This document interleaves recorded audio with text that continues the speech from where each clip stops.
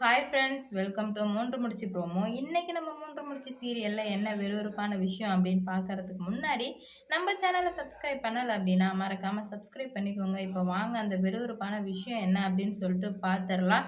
அர்ச்சனாவோட நோக்கம் முழுக்க முழுக்க மாதவி நந்தினியை இந்த வீட்டை விட்டு அடிச்சு துரத்தணும். ஏன் அப்படின்னு பார்த்தீங்கன்னா, மாதவியால தான் சூர்யா நந்தினி குளத்துல தாலி கட்டின ஒரு விஷயத்த நல்லாவே தெரிஞ்சுக்கிட்ட அர்ச்சனா நந்தினிய இந்த வீட்ட விட்டு அனுப்பாததுக்கும் ரீசன் எல்லாத்துக்குமே ரீசன் மாதவி தான். ஏன்னா மாதவிய அர்ச்சனாகின்னு இந்த வீட்டுக்கு வந்துட்டா, எங்க மாதவி இந்த வீட்ட அனுப்பிடுவாளோன்னு சொல்லிட்டு தான் நந்தினி மாரி ஒரு வேலைக்காரிய எடுத்து வச்சிருந்தா.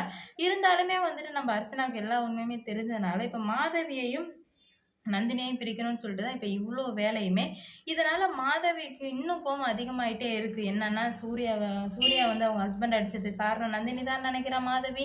அப்புறம் வீட்ட விட்டு தொரத்துறதுக்கும் எல்லாத்துக்குமே காரணம் இந்த நந்தினி தானே. இந்த நந்தினிய வீட்ட விட்டே அனுப்பியே ஆகணும் அப்படின்னு சொல்லிட்டு, இப்ப மாதவி முடிவு பண்ணிட்டா. ஆனா அதுக்கு முன்னாடி நம்ம இந்த வீட்ல இருக்கணும். இருந்தா மட்டும் தான் நந்தினிய பழிக்கு பழி வாங்க முடியும் அப்படின்றதுனால, இப்ப நம்ம மாதவி என்ன பண்றா அப்படின்னு பார்த்தீங்கன்னா, எப்படியாச்சும் சூர்யா கால்ல கையில விழுந்தாச்சும் இந்த வீட்ல நம்ம இருந்தே ஆகணும் அப்படின்ற மாரி முடிவு பண்றாங்க. ஆனா சூர்யா அக்செப்ட் பண்ணுவாரா, மாட்டாரா அப்படின்னு சொல்லிட்டு உங்களுக்கு தெரிஞ்சுச்சு அப்படின்னா மறக்காம கமெண்ட்ல சொல்லிட்டு போங்க. இந்த வீடியோ பிடிச்சிருந்தா லைக் பண்ணுங்க, ஷேர் பண்ணுங்க, கமெண்ட் பண்ணுங்க.